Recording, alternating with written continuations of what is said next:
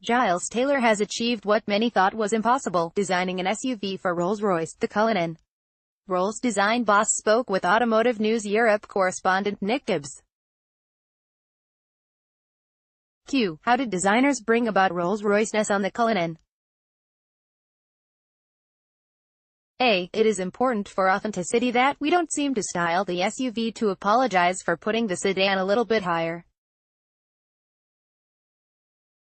Instead, we actually embraced the functional requirements. If people want to have great visibility, if they want to flick a button and engage hill descent, or if they want to take a dog in the back, then they can for the first time in a Rolls-Royce. Rolls-Royce Cullinan 3-box SUV. What is meant by authenticity? We haven't denied those requirements by making a shooting brake, station wagon, or a crossover. We have actually said, this is going to be an SUV, therefore, presence and function are at the very forefront of the design gesture. If you go back to Lawrence of Arabia at the Sinai Peninsula in 1915, he used a Rolls-Royce Ghost chassis in the desert, not because he fancied a Rolls-Royce presence but because he knew that technically, it was the best on which he could mount gun chariots. We are not copying anyone. If somebody says to me, are you going to beat Range Rover? Well, the Range Rover was developed as a farmer's tool. And we have never developed anything on the premise it would be used as an agricultural tool. It has elegance and effortlessness at its heart. What was the thinking regarding the rear of the SUV? We are the only car company in the world to do a 3-box SUV. This is very important.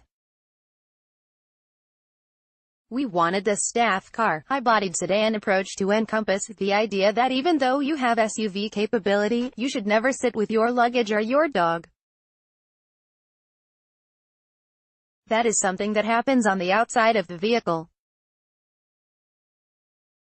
Going back to grand tours in the 1920s in the Rolls-Royce Phantoms and Wraiths, they always put their luggage on the back.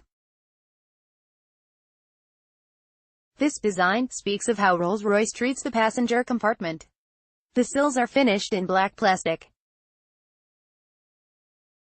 Was that needed for the SUV aesthetic, or is it more practical? The whole premise, the bedrock of the vehicle, is to go through rough environments and protect the posh bodywork. The point is, people could take their lifestyle into previously uncharted environments. Think about Happy Valley in Kenya at the turn of the century. They were patrons of ours. They had afternoon tea under the lofty heights of Kilimanjaro. And therefore, they took their lifestyle to these inhospitable places with their Rolls-Royces, and that is the storyline we in the design team set for ourselves. It was never going to be a soft router.